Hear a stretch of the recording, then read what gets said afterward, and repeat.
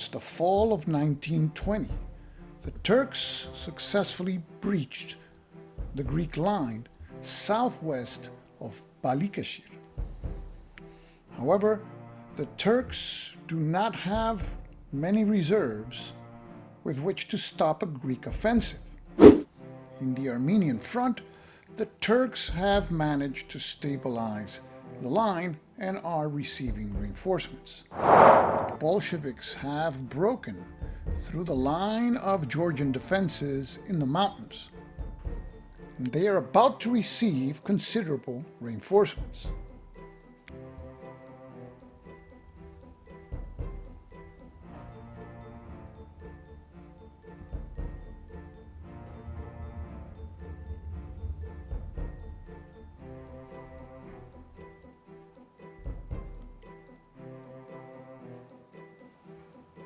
Anzavur Rebellion. The militia of Ahmet Anzavur rebel against Turkish nationalist forces, and the imperialists can place 2 Turkish national irregular units from the force pool in rebel mode within 2 hexes of Bursa, and they may not deploy in city hexes. The rebel forces appear between Bursa and Eskişehir. Next event, Megali Idea. The Greek army and populace embrace with enthusiasm the conquest of Asia Minor, and the Greek army receives 5 additional replacement points this turn. And that boost in replacement points comes in handy, especially when the Turks are overextended in their line to the south of Balıkesir.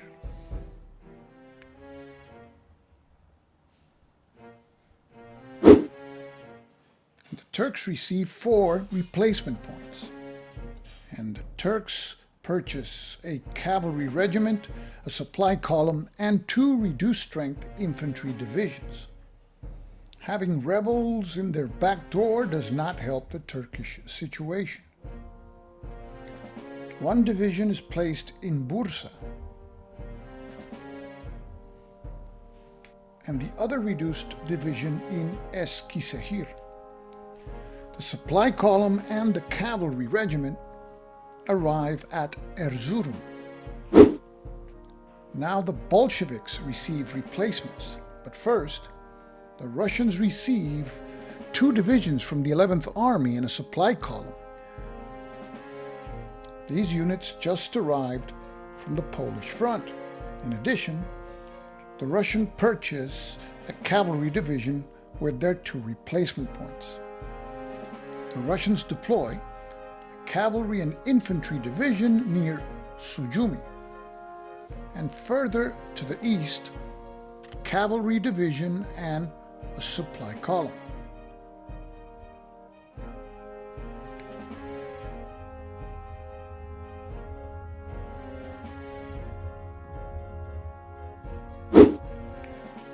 The Asaris receive 1 replacement points, but they have no units in their force pool to bring onto the map. Now the Georgians receive 1 replacement point, and they purchase an irregular regiment. Irregular arriving forces of the Georgians can be placed in any hex in Georgia, and they are placed in front of the Russian 39th Infantry Division to plug the gap in the line. The Armenians receive 5 replacement points. They purchase 2 supply convoys and 2 irregular units. Armenian irregular units can be placed in any unoccupied hex in Armenia. They appear behind enemy lines adjacent to Erzurum. And the 2 arriving supply convoys are placed in Yerevan. The Armenians have 1 replacement point left, and it will be used to try to subvert a Turkish irregular unit. The rules allow to subvert any unit anywhere on the map, They will try to subvert the irregular unit with the 57th Infantry Division in the Greek front. One die is rolled. On a 1, the unit will revert to rebel status. On a 2 through 5, it will be eliminated, and on a 6, no effect. The result is a 4. The unit is eliminated. On to the Greeks, and they have 4 replacement points, but because of the Megali Idea event, they have 5 additional replacement points this turn, for a total of 9. The Greeks bring 3 full-strength infantry divisions. That's 6 steps, plus 2 supply convoys, and that's a total of 8 replacement points spent. In addition, the Greeks will try to subvert the irregular unit that is with the Turkish forces that broke through to the southwest of Balıkesir. We roll 1d6, and the roll is a 1. The unit switches allegiance. We flip the counter, and we have to place it in an empty space or a space with another rebel unit. There's only hex 2100. Now the Imperialists control the rebel unit. And we place the Greek forces on the map. Stacking limits for Smyrna is 4 for the clear hex, plus 2 because there's a city for 6 units. The 3 divisions are placed, and in addition, also the 2 arriving supply convoys, and supply convoys do not count for stacking purposes. Having 3 supply columns in Smyrna, now the Greeks spend 3 other supply columns to rebuild to full strength 3 previously reduced infantry divisions.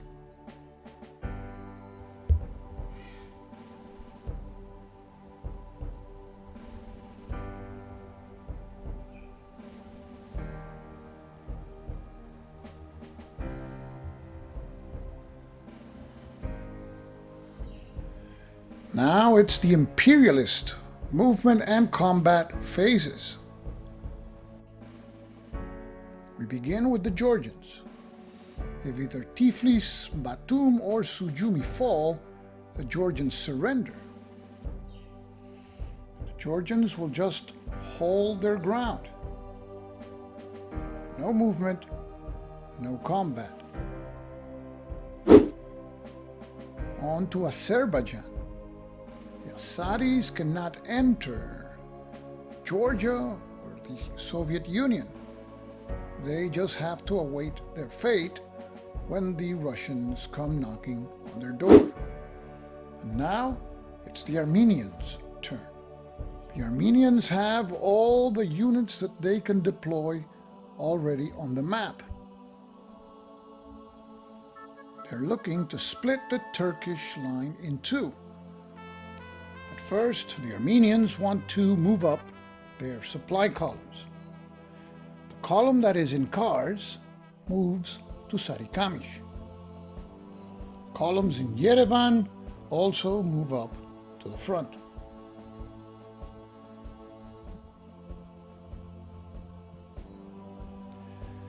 The Armenians need to move some of their forces to be able to concentrate against the 10th Kafkas Division.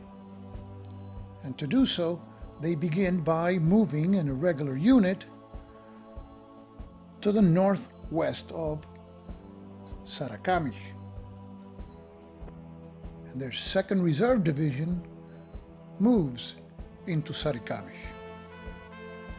And now the Armenians attack the 10th Kafkas Division. The Armenians have 12 combat factors, the Turks 4. So we started 3-1, but because of the mountainous terrain of the defenders, the odds are reduced to 1-1. However, the Armenians use their supply column in Sarikamish to increase the odds to 2-1. The Turks have the option of bringing their air support to the combat, but they'll save it, as before, for the Greeks. So we roll 1d6. The roll is a 1, a dismal failure. The Armenians lose 2 steps and the Turks none at all. The Armenians eliminate their 2 irregular units. And the plan to split the Turkish line in 2 fails. Now it's the Greeks' turn to move. Having now 4 new infantry divisions arriving at Smyrna, the Greeks advance 2 of them here on the line. Next, the Greeks move their cavalry regiment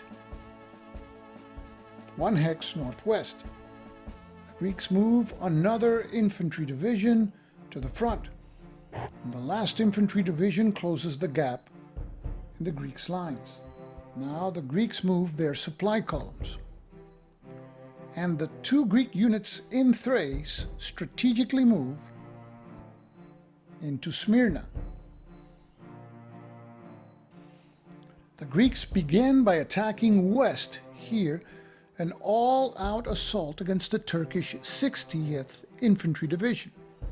The Greeks have 12 combat factors, the Turks 4, so it's 3-1. Because of the rough terrain, it's reduced to 2-1. However, the Greeks will use their supply column to bring it back to 3-1. And now the Greeks decide to use an air support marker. And the Turks also employ theirs. We roll 1d6 for each on the air support table. The Greeks roll a 3, recon result. The Turks roll a 4, a recon result also, but recon results don't apply to defending air support units. So the Greeks can add the attack factors of a unit which is friendly, adjacent to their attacking units, but not adjacent to any defending unit, and there's no such unit in sight.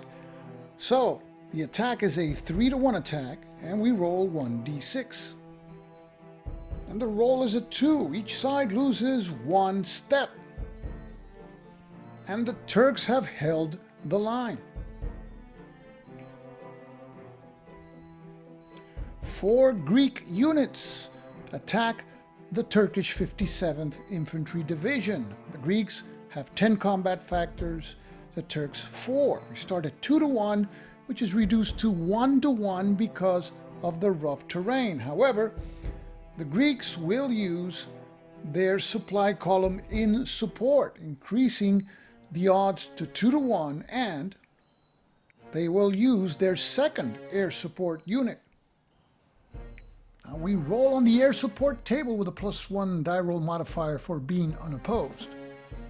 The result is a 4 modified to a 5, and the Greeks will receive 1 column shift to the right. So the final attack is also at 3-1, and we roll 1d6. This time the result is a 6, and the Turks lose 3 steps, but they only have 2. The 57th Division is eliminated. The Greeks suffer no step loss. They remove their supply column, and they advance into the vacated hex with full force.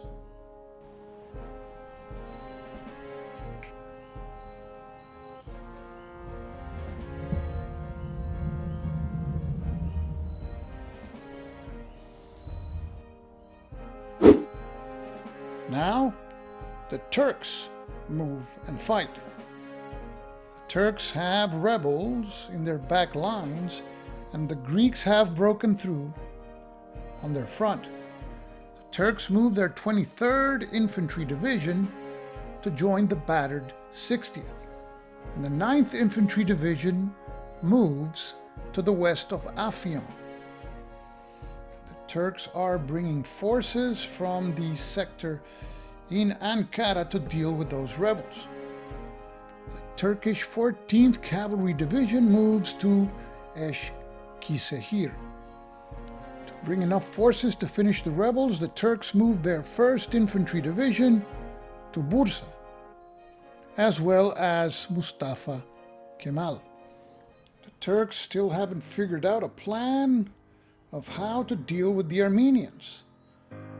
However, they decide to strategically move the reduced 55th Infantry Division from Ankara to Erzurum, and having 2 cavalry units, a division and a cavalry regiment, the Turks come up with a new plan how to try to outflank the Armenians. And the Turks send their cavalry regiment around the Armenian left flank. Now the Turkish 1st Cavalry Division joins the 41st Infantry Division. And that concludes a Turkish movement phase and on to combat. In the Greek front, the Turks are mounting an attack to finish off the rebels northwest of Eskişehir.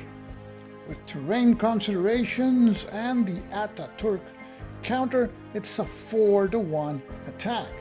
And we roll 1d6. The roll is a 2. Each side loses a step. The rebels lose one of their units. The Turks eliminate their reduced 4th Infantry Division. No more attacks by the Turks on the Greek front. On the Armenian front, the Turks launch an attack against the Armenians in the mountains. The Turks have 8 combat factors, the Armenians 2. We start with 4-to-1, but because the Armenians are in mountains, it is reduced to 2-to-1. However, the Turks use one of their supply convoys to make it a 3-to-1 attack.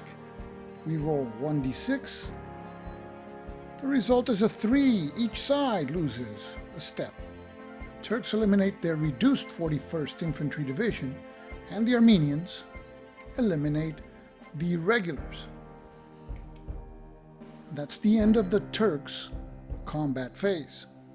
And now it's the Bolsheviks' turn. The Bolsheviks have a chance of finishing off the Georgians by capturing Sujumi. They start by moving the forces in its vicinity to set up the attack.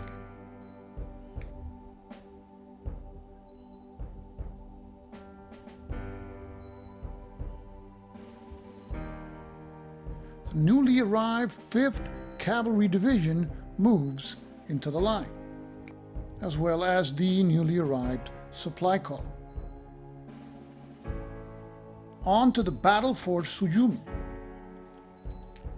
The Bolsheviks have 10 combat factors in attack, the Georgians 3. Start at 3-to-1, with the terrain, which is rough terrain, that is reduced to 2-to-1. And with French naval gunfire, it goes down to 1-to-1. The Bolsheviks announce that they will use their supply column to bring the odds back to 2-to-1. And the Georgians also will use their supply column to bring the odds down to 1-to-1. The Soviets, wanting to increase the odds to 2-to-1, now bring their air support marker, but that is not automatic. We roll 1d6 on the air support table with a +1 because the Bolsheviks are unopposed. And the result is a 3 modified to a 4, recon. The Bolsheviks do not have any additional forces that would be adjacent to the attackers and not adjacent to the defenders, so the recon result has no effect. So the final attack will be at 1-to-1 odds. And the Bolsheviks need a 6 to take the city. And they come up short of 5. Each side loses 1 step. The Bolsheviks reduce one of their infantry divisions. And the Georgians eliminate their irregular unit. Having failed to take Sujumi, the Bolsheviks launch another attack, an infantry division and a cavalry division attack irregulars to the southeast of Sujumi. The irregulars attempt to retreat before combat. Because the attackers have cavalry, 1 is added to the die roll. The result is a 1 modified to a 2, and the Georgians are able to retreat. And by retreating within the hex, they are able to cancel the Bolshevik attack. The Bolsheviks are not through. They attempt another attack in the mountains, and the irregulars will attempt to retreat once again. The Bolsheviks have cavalry for a +1, but the attack is in the mountains for a -1, so there's no modification. The roll is a 3, and the Georgians successfully retreat once again. And the attack is cancelled. That's the end of the Soviet movement and combat phase.